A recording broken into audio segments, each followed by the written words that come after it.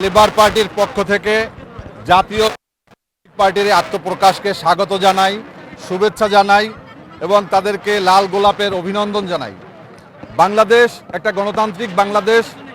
আমরা 1971 সালে মহান মুক্তিযুদ্ধের মধ্য দিয়ে সাম্য, সুবিচার এবং মানবিক মর্যাদার বাংলাদেশের জন্য মুক্তিযুদ্ধ হয়েছিল। বিগত 53টি বছরে আমাদের যেই কাঙ্ক্ষিত বাংলাদেশ, তরুণরা যেই দাবি তুলেছে, সেই দাবিগুলো ছিল আমাদের মহান মুক্তিযুদ্ধের। আমরা সেই বিগত 17 বছরে আমরা আওয়ামী ফ্যাসিবাদের মধ্য দিয়ে আমাদের সমস্ত প্রতিষ্ঠানকে ধ্বংস করা হয়েছে। আমাদের বিগত 17টি বছরে আমাদের সকল প্রতিষ্ঠানগুলোকে দলীয়করণের মধ্য দিয়ে আওয়ামী লীগ ধ্বংস করে দিয়েছে। আমাদেরকে বিগত 5ই আগস্টে এই ছাত্র জনতা সামনে ছিল এবং বাংলাদেশের সমস্ত রাজনৈতিক দলগুলো তারা কিন্তু তাদের সাথে ছিল। আপনারা দেখেছেন যে BNP, Jamaat Islami, labour party সহ আমরা সবাই সাথে ছিলাম। আমাদের লেবার পার্টির দুজন শাহাদত বরণ করেছে। আমরা আশা করব আজকে তাদের এই যে আত্মপ্রকাশ অনুষ্ঠানে তারা বাংলাদেশের গণতন্ত্র, মানবাধিকার, আইনের শাসন প্রতিষ্ঠায় তারা এই দাবিগুলোকে নিয়ে তারা জনগণের কাছে যাবে। জনগণ রাজনৈতিক দলের পথ চলা, তাদের ভাগ্য, তাদের নির্দিষ্ট স্থানকে তারা তৈরি করে দিবে। বাংলাদেশে আপনারা জানেন যে শেখ মুজিবুর রহমান 1975 সালে সর্বপ্রথম বাংলাদেশ গণতান্ত্রিক অধিকার কেড়ে নিয়েছিল। শেখ মুজিব বাকশাল করেছিল।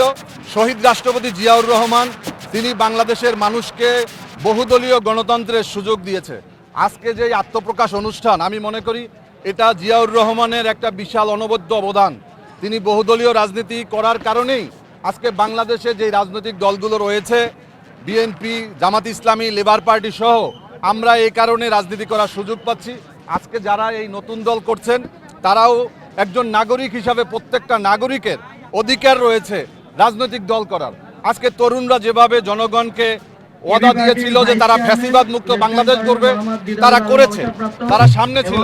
আমার বিশ্বাস যে আগামী দিনে দোষারোপের রাজনীতি, খাই রাজনীতি, লুটপাটের রাজনীতি, নৈরাজ্যের রাজনীতি, চাঁদাবাজির রাজনীতি, হানাহানির রাজনীতি, এক দল আরেক দলকে যে দোষারোপের যে পুরানো খেলা, এটা আমরা বন্ধ করতে চাই। আমরা চাই যে তরুণরা বিগত আমাদের যে সমস্ত দলগুলোর ভিতরে এক দল আরেক দলকে আমরা দলতে দোষারোপের রাজনীতি আমরা চাই না বাংলাদেশে। আমরা মুক্তিযুদ্ধের পরের প্রজন্ম, আমরা চাই যে মুক্তিযুদ্ধ যে কারণে হয়েছিল, পাকিস্তানিরা আমাদেরকে যেভাবে শোষণ করেছিল, সেই শোষণ বঞ্চনার হাত থেকে আমরা রক্ষা পেয়েছি। আমরা একটা নতুন বাংলাদেশ গড়ব। আমরা সেই নতুন বাংলাদেশ গড়াই আমরা এই তরুণদের সাথে আমরাও একই পথে আমরা আছি, আমরাও রাজপথে ছিলাম। আমাদেরও আজকে বিএনপি সহ সমস্ত রাজনৈতিক দল যারা গণতান্ত্রিক রাজনীতিতে বিশ্বাস করে তারা সবাই এই উদ্যোগকে স্বাগত জানাবে বলে আমি বিশ্বাস করি। ধন্যবাদ।